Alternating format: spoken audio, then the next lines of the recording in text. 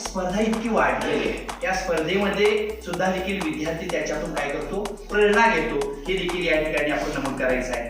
त्याचबरोबर प्रगतीची जाणीव असेल, तीव्र इच्छा, या सगळ्यात महत्वाचे, हे तुम्हा मला सुद्धा लाभेल. कुठलीही गोष्ट, मला माझा वर्ग प्रगत करायचा आहे, मला माझा वर्ग प्रगत करायचा आहे, मला माझी मुलं शिष्यवृत्तीमध्ये आणायचे, क्रीडा स्पर्धेमध्ये आणायचे, सांस्कृतिकमध्ये आणायचे, विज्ञान प्रदर्शनामध्ये आणायचे, किंवा त्यांना एक आदर्श विद्यार्थी, आदर्श नागरिक घडवायचा आहे. ह्यासाठी मी, माझी इच्छा तीव्र किती आहे, मूल शिकतं तेच, ते जगतं तेच शिकतं. पुढे बघा, टीका ऐकत वाढलं तर ते टीका करायला शिकतं, टीका ऐकत वाढलं तर टीका करायला शिकतं, द्वेष सहन करत जगलं तर भांडण करत जगतं आणि शत्रू निर्माण करतं. बघा, द्वेष सहन करत जगलं तर भांडण करतं आणि भांडण करत जगतं आणि शत्रू निर्माण करतं. सारखी टिंगल सहन करावी लागली तर तोही टिंगलखोर बनतो, सारखी टिंगल सहन करावी लागली तर तोही टिंगलखोर होतं. सारखा त्यालाच दोष दिला तर स्वतःलाच आरोपी मानतो. समतेच्या वातावरण वाढलं तर ते इतरांना आदराने वागवतं, शांत वातावरण वाढलं तर ते सहनशील होतं आणि प्रोत्साहन मिळालं तर आत्मविश्वासात जगतं. योग्य कौतुक अनुभवलं तर गुणग्राहकता रुजते आणि स्वीकार आणि मैत्र लावलं तर जगात त्याला प्रेम गवसतं. म्हणजे ही माहिती संकलित करत असताना मला एक छान अशी कविता वाटली की ह्या सगळ्या याच्यामध्ये, ह्या सगळ्या फेजमधून आपला विद्यार्थी जातो, आपल्या घरातून जातो.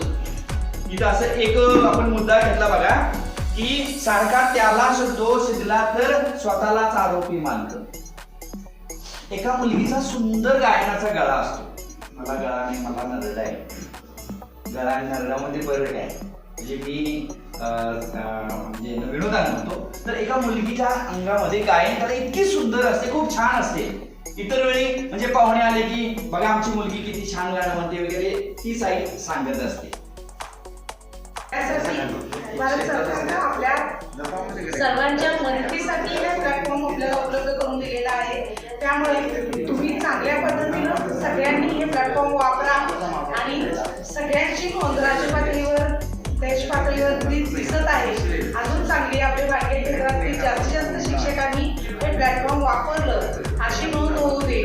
त्यासाठी तुम्ही सगळ्यांनी उद्या गेल्यानंतर पहिल्यांदा शाळेमध्ये आपल्या शाळा रजिस्टर करून, शिक्षण खाते तयार करून विज्ञान आणि गणितच्या शिक्षकांना हे वापरण्यासाठी सूचना द्याव्यात. आणि देशमुख मॅडमनी आजच्या शिक्षण परिषदेमध्ये बोलण्यासाठी मला जो वेळ उपलब्ध करून दिला त्याबद्दल त्यांचे आभार व्यक्त करते.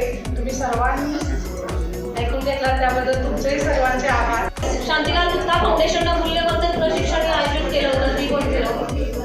आणि या मूल्यवर्धन उपक्रम पुस्तिकेमध्ये जे उपक्रम दिलेले आहेत ते त्या क्रमाने घ्यायचे. म्हणजे आणि त्यासाठी तासिका म्हणाला तर आनंदाई शनिवारमध्ये एक तासिका वापरायची आहे आणि सोमवार ते शुक्रवार आपल्या अध्यापनामध्ये एक तासिका वापरायची आहे. आणि त्या वेळापत्रकामध्ये तुम्ही ऑब्लिक करू शकता की ह्यामधला 1 तास मी ह्या मूल्यवर्धनसाठी देणार आहे.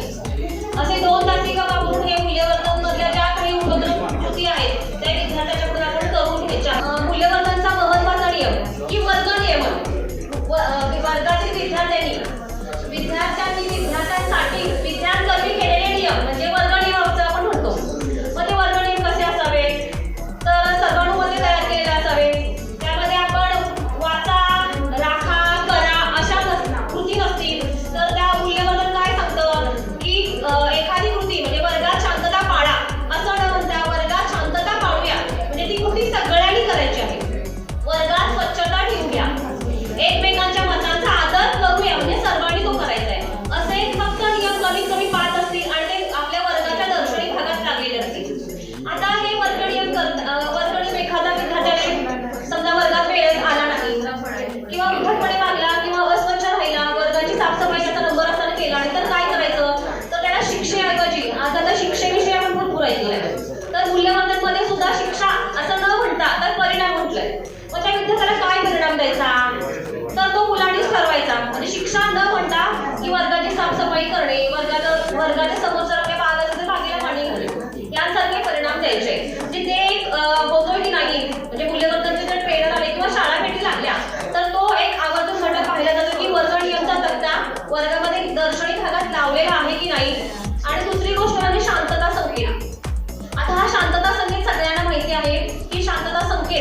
फक्त शिक्षकांनीच वापरायचा आहे, विद्यार्थ्यांनी वापरायचा नाही. आणि कधी वापरायचा?